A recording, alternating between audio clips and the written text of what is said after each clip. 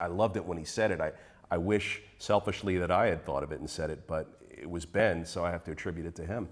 But he said to always make time in your week to nurture, improve, and cultivate at least one person on your team. I do want to give a mention and a shout out.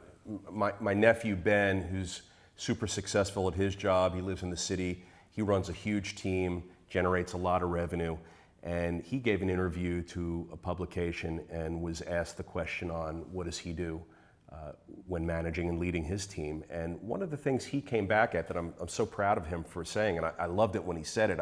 I wish selfishly that I had thought of it and said it, but it was Ben, so I have to attribute it to him. But he said to always make time in your week to nurture, improve, and cultivate at least one person on your team. What does that look like for you?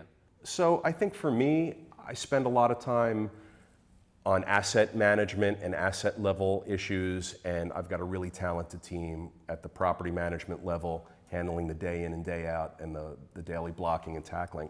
I think for me it's important to give them an opportunity to see the end game. I'm always sharing with them what the end game is so that they can connect the dots and know and understand what their daily hustle is really all about. So for example, I like to share with my leasing team that it's so important to make sure that when we enter into a new lease or renewal that we're capturing the right dollar amount. If it's $25, $50, $75, $100, whatever it is, the amount of increase on the annual or semi-annual renewal, or if it's a new lease on a vacant unit, that we're capturing the right market rent, because ultimately that market rent shows up on a rent roll. That rent roll shows up on the desk of my lender. That lender takes that rent roll and plugs it into their underwriting model, and it generates the financing situation that I then enter into and commit to. And I have a mortgage on this building for 3, 5, 7, 10 years, whatever it may be, which is dictated almost entirely by the rent roll.